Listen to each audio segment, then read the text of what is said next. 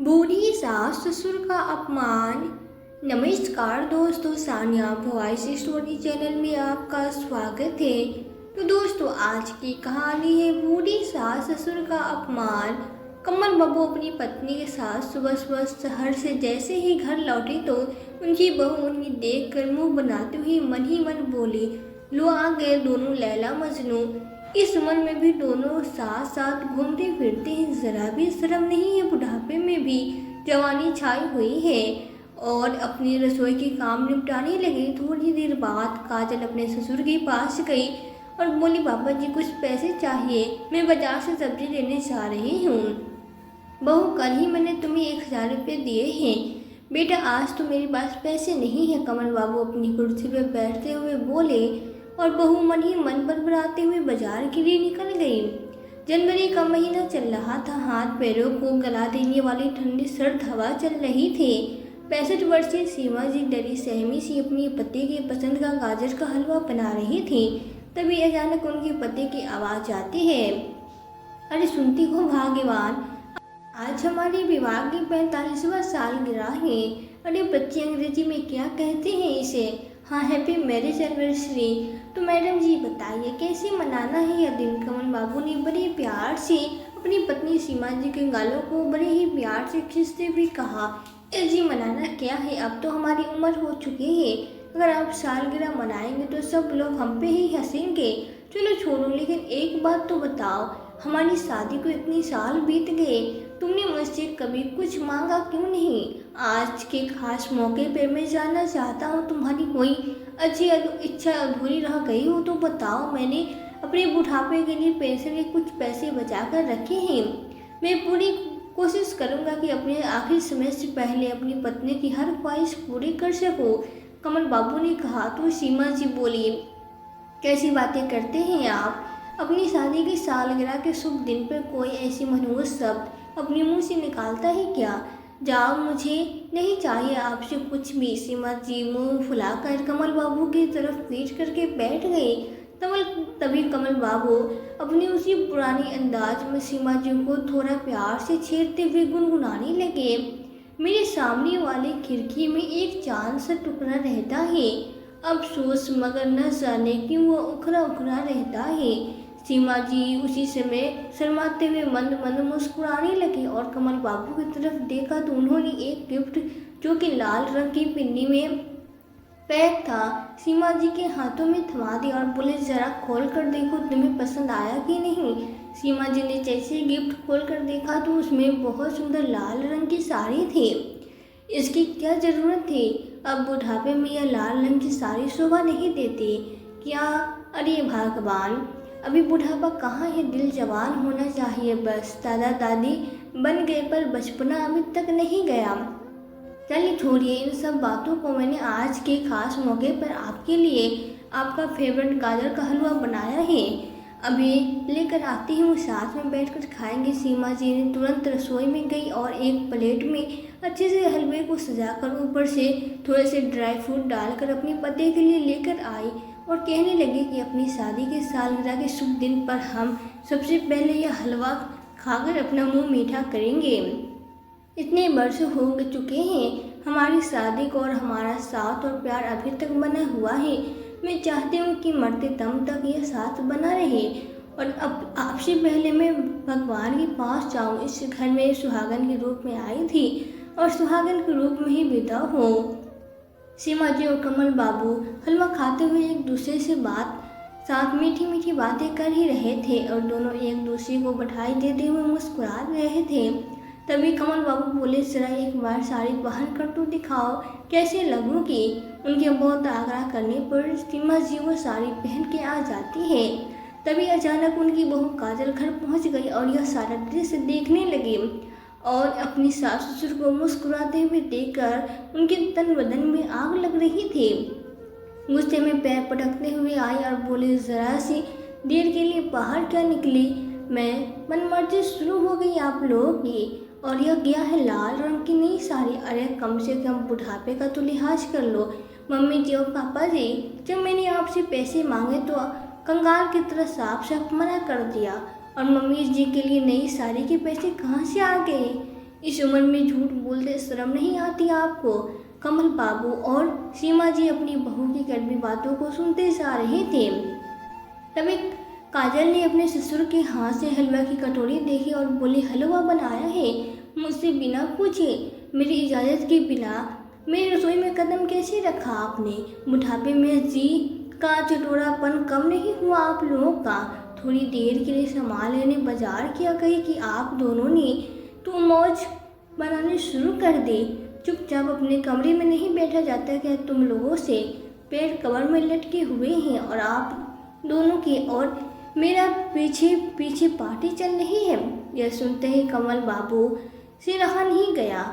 उनके सवर का बांध टूट गया और बोले, बहू शायद तुम भूल रही हो कि यह घर तुमसे पहले हमारा है और इस घर पर अपनी मर्जी से हम रह सकते हैं और जो जी चाहे वो पका करके भी खा सकते हैं। और जिस साड़ी की तुम बात कर रही हो वो मैं अपने पैसों से खरीद कर लाया हूँ, किसी के सामने हाथ नहीं फैलाए। क्या मैं अपनी पत्नी के लिए इतना भी नहीं कर सकता?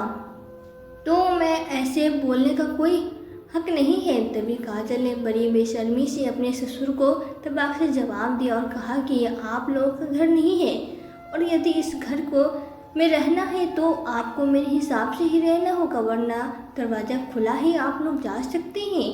और एक बेटा है आपका, हमें ठेका नहीं ले रखा है आप दोनों का, या फिर कुछ अलग से तो नहीं दे दिया आपने? हम लोगों को जो जिठानी से को दिया है वही तो मेरे पास है। तभी कमल बाबू बोले, बहू हमने ऐसा भी क्या कर दिया जो तुम इतना भड़क रही हो? हलवा ही तो बनाया है। इस बात पे काजल जोर से चिल्लाई, मुझसे बिना पूछे कैसे बनाया आपने हलवा? आपको यह मालूम नहीं है क्या दूध और घी कितना महंगा है और फिर पैसे क्या पेड़ पे उगते हैं? अगर हलवा बनाना ही था तो मेरे लौटने का इंतज़ार नहीं कर सकते थे? थोड़ी सा सब्र भी नहीं था? और फिर मुझे दही भी जमाने हैं और फिर बच्चे भी लौटकर मिल्क शेक मांगेंगे। आपको पता है ना बच्चे बिना घी की रोटियां नहीं खाते हैं और शाम को उन्हें गाजर का जूस भी देना होता है। आप तो शायद भूल गए होंगे कि बच्चों को गाजर का जूस पीने की सलाह दी है डॉक्टर ने। अब कहाँ से आएगी गाजर, दूध और घी? घी दूध तो आप दोनों ही घटक गए, हमेशा अपनी मन मर्जी करते फिरते हैं। फिर सीमा जी बोली, बहू मैंने ज़्यादा गाजर का इस्तेमाल नहीं किया था, उसमें थोड़ा सा ही दूध और घी डालकर हलवा बनाया था, बाकी की गाजर और दूध फ्रिज में रखी हुई है, इसलिए ज़्यादा गुस्सा करने की ज़रूरत नहीं है। फिर काजल बोली, माँ जी मुझे पाठ पढ़ाने की कोई ज़रूरत नहीं है कि मुझे क्या करना चाहिए और क्या नहीं। मुझे तुम जैसे बड़ों से पूछने की कोई ज़रूरत नहीं है। बस मेरी एक बात कान खोलकर सुन लो, आगे से मेरी इजाज़त के बिना अगर मेरी रसोई में कदम भी रखा तो आपके लिए ठीक नहीं होगा। इस पे सीमा जी बोली, बहू हम अपने ही बेटे की कमाई खाते हैं, कौन सा तुम कमा कर खिला रही हो जो इतना भड़क रही हो? और अगर थोड़ा सा खर्च भी कर लिया तो क्या बिगड़ गया? इतना सुनते ही काजल का गुस्सा सातवें आसमान पे पहुंच गया। उसी समय काजल ने पिता जगदीश जी वहां पहुंच गए। उन्होंने दरवाजे से जैसे ही अपनी बेटी के चिल्लाने की आवाज़ सुन ली, इसलिए वो वहीं दरवाजे की आड़ में खड़े हो गए और वहीं खड़े खड़े सारा नज़ारा देखने लगे। उन्होंने देखा कि काजल ने झपट कर अपने सास ससुर के हाथ से हलवे की प्लेट छीनी और बोला, यह घर मेरा है और इस घर की मैं मालकिन हूँ और वो आपका बेटा पहले हुआ करता था, अब मेरा पति है और पति की हर चीज़ पे सबसे पहले उसकी पत्नी का हक होता है, न कि उसके बूढ़े माँ बाप का। अब जैसा मैं कहूँगी वही सब तुम्हें करना होगा, अपनी मन मर्जी चलाने की ज़रूरत नहीं। ऐसा कहते हुए काजल गुस्से से तमतमाते हुए अपने कमरे में चली गई। सीमा जी और कमल बाबू की आंखें भर आई और वो अपने भाग्य पे रोने लगे। सीमा जी और कमल बाबू के दो बेटे थे, बड़ा बेटा रोहन और छोटा बेटा सोहन। उनके घर की आर्थिक स्थिति ज़्यादा अच्छी नहीं थी, परंतु फिर भी उन्होंने अपने दोनों बेटों को दिन रात मेहनत मजदूरी करके अच्छे स्कूल में पढ़ाया और पढ़ लिख कर बड़ा बेटा तो इंजीनियर बन गया और छोटा बेटा सोहन आर्मी में भर्ती हो गया। दोनों माता पिता अपने बच्चों की तरक्की देखकर बहुत खुश थे। उन्होंने अपने पूरा जीवन अपने बच्चों पे खर्च कर दिया था। दोनों ही बेटों ने प्रेम विवाह किया था, बड़ा बेटा रोहन तो अपनी पत्नी को लेकर विदेश चला गया और वहीं पर बहुत बड़ी मल्टीनेशनल कंपनी में जॉब करने लगा, जबकि छोटा बेटा सोहन आर्मी में ऑफिसर था तो वो अपनी ड्यूटी पे रहता था और सीमा जी और कमल बाबू अपनी छोटी बहू काजल के पास रहते थे। सोहन अपने माता पिता से बहुत प्यार करता था, जबकि उसके बड़े बेटे रोहन को उनकी कुछ परवाह नहीं थी। वो केवल अपने रिश्ते में ही रम गया था और विदेश में ही रहता था। काजल को इसी बात का गुस्सा रहता था कि वो बूढ़े बुढ़े की ही देखभाल अकेले ही क्यों करे, इसलिए वो अपने ससुर को तंग करती रहती। कमल बाबू की आंखों से आज आंसू बाहर निकले। मैं खुद को कोसने लगे कि उन्होंने अपने बुढ़ापे के लिए कुछ बचाकर क्यों नहीं रखा, क्यों उन्होंने अपनी बेटों की पढ़ाई के लिए अपना घर तक बेच दिया और खुद कंगाल होकर इस कगार पे पहुंच गए कि बेटी बहू के टुकड़ों पे पलना पड़ रहा है। दोनों बूढ़ी बुढ़िया इतनी बातें सोच ही रहे थे कि तभी काजल अपने कमरे से निकल कर आई और चिल्लाते हुए अपने सास ससुर से बदतमीजी से कहने लगी, अभी तक आप दोनों यहीं बैठे हैं, इतनी भी तमीज़ नहीं है आता ये फर्श पे गंदगी पड़ी हुई है तो कम से कम साफ ही कर दे।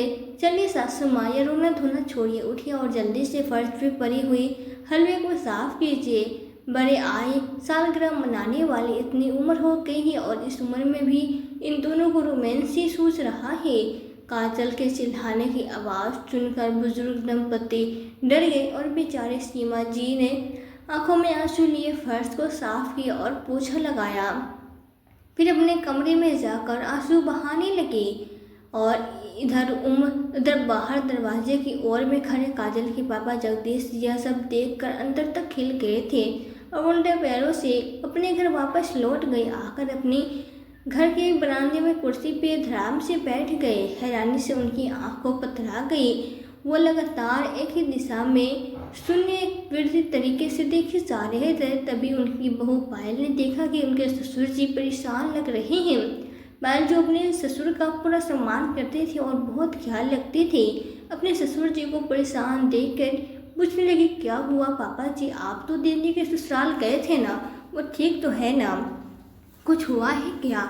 आप बहुत दुखी लग रहे हैं। जगदीश बाबू और उनकी बहू पायल की बातें सुनकर महेश भी वहाँ आ गया और बोला, क्या बात हो गई पापा, आप परेशान क्यों हैं? तभी जगदीश जी रोंदे गले से बोले, बेटा मैंने और तुम्हारी माँ ने तुम दोनों को अच्छी शिक्षा और अच्छे संस्कार दिए थे, परंतु न जाने फिर काजल ने हमारे संस्कारों को क्यों शर्मिंदा कर दिया। हमारी परवरिश में तो कोई कमी नहीं थी, फिर क्यों हमें उस इंसानियत का पाठ न पढ़ा सके। ऐसा कहते कहते बेचारे जगदीश बाबू की आंखें भर आई। दोस्तों, माँ बाप को अपनी बेटी पे बहुत गर्व होता है और वो भी चाहते हैं कि उनकी बेटी जहाँ भी जाए उनका सिर ऊंचा रखे, उनके संस्कारों को शर्मिंदा न करे। परंतु यदि उनकी माता पिता को अपनी बेटी की हरकतें देखने को मिलती है तो उन्हें कितना दुख होता है, यह केवल वही जानते हैं। आज वही सब जगदीश बाबू पर बीत रही थी। वो अंदर से बहुत दुखी थे। अंदर ही अंदर अपनी बेटी का व्यवहार उनके दिल को कचोटता जा रहा था। उन्होंने अपने बेटे बहू से कहा कि आज जब मैं काजल के घर पहुंचा तो मैंने देखा कि वो अपने बड़े ससुर के साथ जानवरों से भी बदतर सलूक कर रही थी। यह सुनकर महेश गुस्से में आ गया और बोला, तो पापा आपने उससे कुछ कहा क्यों नहीं? आपको उसे डांटना चाहिए था, उसे फटकारना चाहिए था। इस पर जगदीश जी बोले, बेटा मुझे कुछ समझ में नहीं आ रहा था। वो इस तरह का व्यवहार कर रही थी कि मुझे उसे अपनी बेटी कहते हुए भी शर्म आ रही थी। मेरी हिम्मत तक न हुई कि उसके पास जाऊँ। उसके सास ससुर इतने भले चंगे इंसान हैं, मैं उसके सामने अपना चेहरा कैसे दिखाता, उसने नज़र कैसे मिलाता? तभी तो मैं बाहर से ही वापस लौट आया।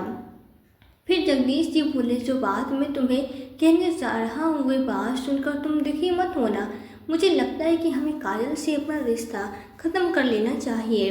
अपने पिता के मुंह से यह सब सुनकर महेश हैरान रह गया। तभी पायल अपने ससुर को रोकते हुए कहने लगे, नहीं पापा जी, आप ऐसा सोच भी कैसे सकते हैं? अगर मम्मी जी जिंदा होती तो क्या कभी ऐसा करने देते? आखिर वो बेटे हैं आपके, और अगर औलाद अपने रास्ते से भटक जाती है तो उसे सही रास्ते पे लेकर आना माँ बाप का काम होता है। रिश्ते तोड़ने से किसी के व्यवहार में बदलाव नहीं आता। तभी जगदीश जी कहने लगे, आज मैं बहुत ही लाचार महसूस कर रहा हूँ।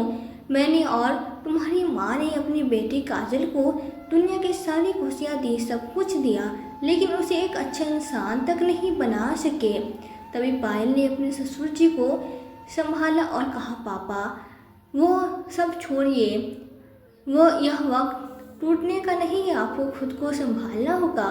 कुछ दिनों बाद भाई दूज का त्यौहार आ रहा है और दीदी यहाँ पर आएगी, आप चिंता मत कीजिए, आगे मैं संभाल लूँगी। मैं जानती हूँ कि आगे मुझे क्या करना है, आप चिंता मत कीजिए। अपनी बहू की ठास भरी और उम्मीद भरी बातें सुनकर जगदीश बाबू को बहुत अच्छा लगा। उन्हें कुछ राहत महसूस हुई तो वो बोले, ठीक है बहू, मैं जानता हूँ कि तुम सब कुछ संभाल लोगी, मुझे तुम पे पूरा विश्वास है। भाई दूज के त्यौहार से पहले काजल हमेशा की तरह उसकी तैयारियों में जुट गई और अपने भाई के लिए कुछ गिफ्ट और मिठाई खरीद ले आई। अपनी माँ के जाने के बारे में सोच कर वो मन ही मन बहुत प्रसन्न थी। भाई दूज के त्यौहार पे खुशी खुशी मायके पहुँच गई। आते अपने भाई और भाभी से मिली। उसकी नजरें अपने पापा को ढूंढ रही थी, लेकिन पापा कहीं नजर नहीं आ रहे थे। आ गई दीदी, हम सब आपका ही इंतजार कर रहे थे, आप आराम से बैठिए, आपके लिए कुछ खाने के लिए लेकर आती हूँ, पायल ने कहा। फिर काजल बोली, नहीं भाभी, उसकी कोई ज़रूरत नहीं है, आप बस यह बताइए कि पापा कहाँ हैं। काजल की बातें सुनकर पायल ने बड़ी ही बेरुखी से कहा, अरे होंगे यहीं कहीं, मुझे क्या मालूम, मैं कोई दिन भर उनके आगे पीछे थोड़ी ना घूमती रहूँगी। अरे वो तो वैसे भी दिन भर घर पे खाली तो पड़े रहते हैं और मुझे तो घर के और भी काम होते हैं। अपनी भाभी की बात सुनकर काजल हैरान रह गई। तब महेश बोला, अरे काजल तुम आ गई, अरे कैसी हो मेरी बहन, जीजा जी और बच्चे कैसे हैं, वो सब ठीक हैं, बच्चों को साथ लेकर क्यों नहीं आई। अरे बच्चों के एग्ज़ाम थे इसलिए घर पे पढ़ाई कर रहे हैं और तुम्हारे जीजा जी एक हफ्ते बाद आने वाले हैं। लेकिन भैया पापा कहीं नजर नहीं आ रहे, कहाँ हैं वो। काजल ने फिर से वही प्रश्न किया। परेशान होकर काजल खुद कुर्सी से उठकर चारों तरफ घर में आवाज़ लगाते हुए अपने पापा को ढूंढने लगती है। पापा पापा कहाँ हैं आप, देखो आपकी बेटी आपसे मिलने आई है। काजल की माँ जाने के बाद वो अपने पापा से बहुत ज़्यादा क्लोज हो गई थी। तभी काजल की नज़र बरामदे में पीछे बने हुए बाथरूम के पास गई। उसने देखा उसके पापा बस से बदतर हालत में बाथरूम के बाहर खड़े पड़े हुए थे। वो दौड़कर अपने पापा के पास चली गई। पापा आपको ये क्या हो गया, आप ऐसी हालत में यहाँ बाथरूम के बाहर क्यों पड़े हैं। तभी काजल अपने भैया भाभी को आवाज़ लगाई और बोली, तुम लोगों ने मेरे पापा को यहाँ क्यों रखा है। काजल रोते हुए पूछने लगी। इस पे पायल ने जवाब दिया, अरे दीदी आप इस बुढ़े को छोड़ो, जीभ पर कंट्रोल नहीं है इस बुढ़े का, हर वक्त चटोरापन करता ही रहता है, इसलिए पेट खराब करके बैठा है यह बुढ़ा, और कल से पूरा घर दुर्गंध से भर दिया है इस बुढ़ी ने। अब बार बार बिस्तर गंदा नहीं करेगा इसलिए इसे बाथरूम के बाहर ही रख दिया है। मैंने आप ज़्यादा परेशान नहीं करेंगे, हमको तंग आ चुके हैं इस बुढ़े के चटोरेपन से। कितनी बार कहा है तुम्हारे भैया को कि इस बुढ़े को घर से बाहर निकाल कर बाहर करो, पर तुम्हारे भैया की सुनते ही नहीं है। अपनी भाभी के मुंह से ऐसी बातें सुनकर काजल ने गुस्से में कहा, लेकिन भाभी अगर पापा ने अपनी पसंद का कुछ खा लिया तो क्या हो गया। अरे बुढ़ापे में ऐसी चटपटी चीज़ खाने का मन नहीं करता क्या। अरे अगर आपको ज़्यादा ही तकलीफ़ हो रही थी तो आप इन्हें दवा दे देते या फिर किसी अच्छे डॉक्टर से दिखा देते। अपने पिता समान ससुर की इतनी बेकदरी करने की क्या मतलब था। काजल अपने पापा को उठाकर सहारा देते हुए उनके कमरे में ले जाती है, परंतु उनकी भाभी पायल उन्हें बिस्तर से नीचे उतार देती है और फर्श पे लिटा देती है, यह कहते हुए कि यह बूढ़ा सारा बिस्तर गीला कर देता है। इस पे काजल की आंखों में आंसू बह निकले और चिल्लाने लगी, भाई भाभी आप दोनों को ऐसे नहीं थे, आप लोगों को क्या हो गया है? फिर पायल ने कहा, दीदी आप हमारे मामलों में न पड़े तो ठीक होगा। यह सब आपका घर नहीं है, यह घर मेरा है। पति के घर पर सबसे पहला हक उसकी पत्नी का होता है। मैं जैसा चाहूँगी वैसा ही करूँगी। आप इस घर की मेहमान नहीं हैं और मैं इस घर की मालकिन। तभी काजल गुस्से में बोली, भाभी आपकी हिम्मत कैसी हुई मुझे मेहमान कहने की? मैं इस घर की बेटी हूँ और मेरा भी इस घर पे बराबर का हक है। आखिर तुम लोगों को हो क्या गया है? तुम लोग एक इंसान होकर दूसरे इंसान के साथ इतना बुरा बर्ताव कैसे कर सकते हो? अरे कम से कम बुढ़ापे में उनका उम्र का तो लिहाज करो। और भाई तुम भी अपनी पत्नी का ही साथ दे रहे हो। मेरे पापा के साथ कितना बुरा व्यवहार कर रही है, कितनी बुरी तरीके से पेश आ रही है और आपको कोई फर्क ही नहीं पड़ता। आप ही अपनी पत्नी के गुलाम हो गए। और भाभी अगर आप इस घर की मालकिन हो तो यह घर मेरे पापा का है। आप यह सब कैसे भूल गई? तभी अपनी बेटी की बातों को सुनकर जगदीश बाबू को बहुत गुस्सा आया। वे उसी समय उठकर बैठ गए और अपनी बेटी के गाल पे एक जोरदार तमाचा जड़ दिया।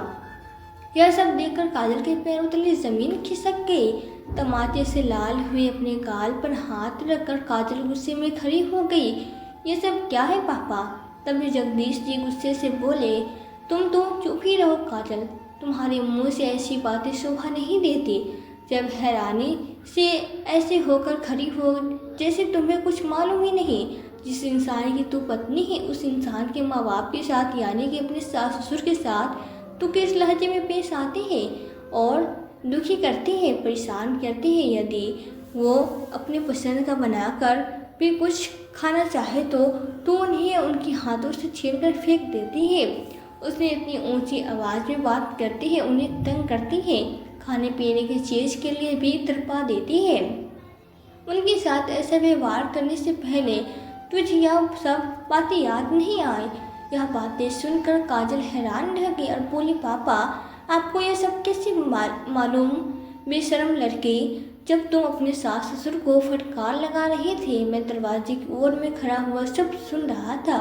मैं तो उस दिन ही तुम्हारे सारे रिश्ते नाते तोड़ना चाहता था, परंतु तुम्हारी भाभी ने मुझे समझाया तो मैं समझ गया और मैंने तुमसे रिश्ता नहीं तोड़ा। यह सुनकर काजल थम से नीचे ज़मीन पर बैठ गई और सोच में पड़ गई कि फिर जगदीश जी बोले, काजल हमने तो तुम्हारे सारे शौक पूरे किए थे, तुम्हें अच्छे संस्कार दिए थे, कहाँ कमी रह गई थी हमारे संस्कारों में जो तुम्हारी वजह से मैं वही मुंह दिखाने लायक नहीं रहा। अरे बेटी तो बाप के गर्भ होती है, उसके सर का ताज होती है, पर तूने तो मेरी गर्दन शर्म से झुका दी। अरे मुझे शर्म नहीं आई? जिस आदमी की तू पत्नी है उसी के माँ बाप के साथ तिरस्कार कर रही है। जिस आदमी के पैरों से तू ऐसा करती है उसी के जन्मदादा को खाने की एक एक चीज़ के लिए तरसा देती है, उनकी इतनी बेइज्जती करती है। अरे अपने माँ बाप में समान सास ससुर को कुछ कहने से पहले तेरी जबान कट क्यों नहीं गई? क्या मैंने और तेरी माँ ने तुझे ये संस्कार दिए थे? जरा सोच, तेरा स्वर्गवासी माँ जब तुझे ऐसा व्यवहार करते देखती होगी तो उसकी आत्मा को क्या शांति मिलती होगी। अगर तेरे पिता को तेरे किए गए व्यवहार के बारे में पता चला तो सोच उस पर क्या बीतेगी। क्या उसे अच्छा लगेगा कि तू उसके बूढ़े माँ बाप को इतना दुख देती है? क्या वो तुझे कभी माफ़ कर पाएगा? अरे वो तो मेरे साथ अपना रिश्ता ही ख़त्म कर देगा। क्या आज से पहले कभी तूने अपनी भाभी को मेरा तिरस्कार करते हुए देखा है?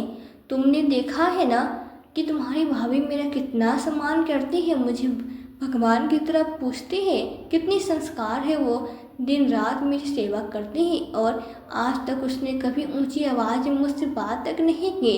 हमेशा पापा जी कह के मेरे आगे पीछे डोलती रहती है। और बेटी तुम ऐसे कैसे बन गई? कब से तुम इतनी खुदगर्ज हो गई? इतना सुनते काजल फूट फूट के रोने लगी और अपनी मम्मी पापा से माफ़ी मांगने लगी। पापा मुझसे बहुत बड़ी गलती हो गई। मैं केवल यही सोच रही थी कि मेरा रिश्ता केवल मेरे पति के साथ है और मेरे सास ससुर तो दोनों के हिस्से में आने चाहिए, लेकिन जेठानी उन्हें मेरे पास छोड़कर चली गई। इस बात पे मुझे गुस्सा आता था कि मैं अकेले ही क्यों रखूं उन्हें, हक तो दोनों का बराबर है। इस पे काजल के पापा जगदीश जी उसे समझाते हुए कहते हैं कि बेटी, उनकी करनी तो उनके साथ है, लेकिन तेरी करनी तेरे साथ है। अगर वो तेरे सास ससुर को नहीं रखना चाहते तो वो उसकी गलती है, परंतु तुम क्यों पाप का भागीदार बन रही हो? अगर तुम भी ऐसा करोगे तो उनमें और तुम में क्या फ़र्क रह जाएगा? तू ही सोच बेटा। पापा की बात सुनकर काजल अपनी भाभी और अपने पापा से और अपने भाई से माफ़ी मांगती है। उसे आज अपनी गलती का एहसास हो जाता है और वापस अपने ससुराल आ जाते हैं। आते हुए अपने सास ससुर के पैरों में गिर जाती है और रोते हुए गिड़गिड़ाती है, माँ, पिताजी, आप मुझे माफ़ कर दीजिए। मैंने आप दोनों के साथ बहुत बुरा व्यवहार किया। मैंने आपको कभी समझने की कोशिश नहीं की। मुझे माफ़ कर दीजिए। आइंदा से ऐसा सलूक नहीं करूँगी। आपकी बहू नहीं बेटी बन के दिखाऊंगी। काजल के पश्चाताप भरे आंसू देखकर कमल बाबू और सीमा जी उसे माफ़ कर देते हैं और कहते हैं, बहू, तुम्हें मालूम है ये माँ बाप को बुढ़ापे में सबसे ज़्यादा उनके बच्चों की ज़रूरत होती है। हमें तुमसे कुछ नहीं चाहिए, बस हम तो इतना ही चाहते हैं कि तू हमारे साथ प्यार से बोल बतिया लिया कर। हमारे लिए वही सबसे बड़ी दौलत है। यह बात सुनकर काजल आंसू पोंछते हुए कहने लगी, माँ, प्यार से बात करना ही नहीं, मैं आपको प्यार से खाना भी खिलाऊंगी, दिन रात आपकी सेवा करूंगी। ऐसा कहते हुए मैं तुरंत रसोई घर में चली गई और झटपट से स्वादिष्ट गाजर का हलवा बना कर ले आती है और कहती है, लीजिए माँ जी, पिताजी, अगर आप दोनों ने मुझे सच्चे दिल से माफ़ कर दिया तो आज मेरे हाथों का ये गाजर का हलवा खा लीजिए। ये सब देखकर सीमा जी और कमल बाबू की आंखों में आंसू आ जाते हैं। सीमा जी अपनी बहू को कसकर गले से लगा लेती हैं और कहती है, धन्य हो गया हमारा जीवन जो हमें तुम वापस दोबारा मिल गई। और कहती है, बहुत खुशकिस्मत होते हैं वो माँ बाप जिनके बच्चों को उनकी गलती का एहसास हो जाता है। तो दोस्तों, काजल को सबक सिखाने के लिए जो उसकी भाभी ने और पिता ने किया वो सही था या गलत, अपनी राय हमें कमेंट बॉक्स में ज़रूर बताएं। दोस्तों, आपस से हाथ जोड़कर रिक्वेस्ट है, माँ बाप अपने हो या पति के माँ बाप ही होते हैं, उन्हें वही प्यार और सम्मान बराबर दिया जाना चाहिए। तो दोस्तों, यह थी हमारी आज की कहानी। यदि कहानी आपको अच्छी लगी हो तो वीडियो को लाइक और शेयर करके चैनल पे यदि नए हो तो चैनल को सब्सक्राइब जरूर कर दें, साथ ही बेल आइकन को प्रेस कर दें ताकि आने वाले वीडियोस की नोटिफिकेशन आपको मिलती रहे। तो आज के लिए बस इतना ही। मिलती हूँ आपसे एक नई वीडियो में एक नई कहानी के साथ। कहानी में अंत तक बने रहने के लिए आपका दिल से बहुत बहुत धन्यवाद।